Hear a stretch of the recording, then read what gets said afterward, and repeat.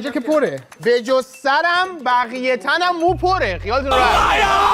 اینجا رو زدم چون عکس خانومم رو دستم اگر نزنم صورتش مو در میاد. به خاطر خانومتون باید پشماتون رو بزنید. خاطر تتوی خانوم. ما یه روز رفتیم سرش رو اپیلاسیون کنیم، نامردا این سر رو اپیلاسیون کردن.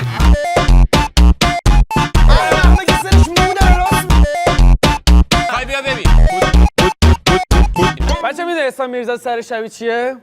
دیدی آب نبات میجای میفته رو فرش همون رو برمیداری؟ نه این شکلی میشه. اگه برداری این شکلی میشه.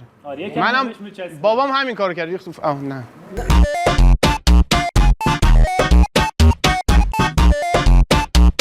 ببین دوستان اگر بخوام با رسم شکل توضیح بدم اینجوری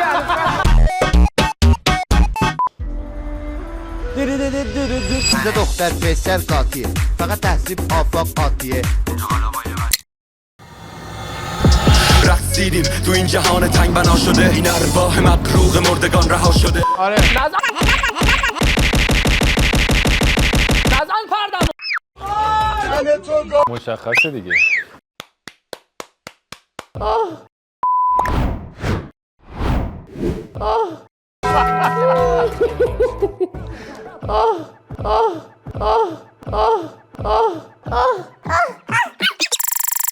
واسهتون سفت یه دقیقه پرده رو حفظ کن اون برو ببین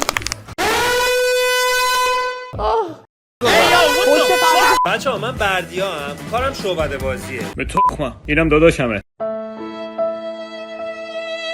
اینجا دختر پسر قاطیه فقط تحصیب